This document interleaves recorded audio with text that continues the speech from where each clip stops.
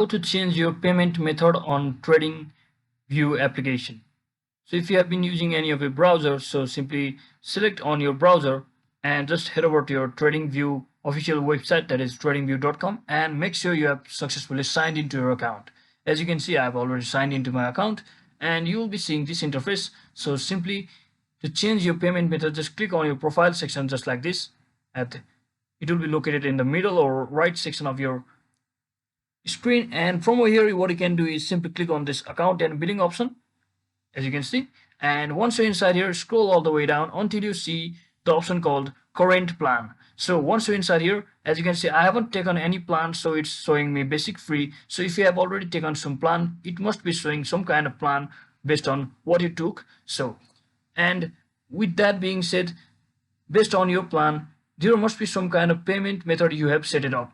So to change, there will be option called edit, like a pencil icon. So tap on it and you will get the option to change the payment method either with your credit card or other international card, just like that. So that is exactly how you can easily change your payment method on your TradingView account. So hope this video was helpful, guys. If it was, don't forget to like and subscribe to the channel. See you on the next one.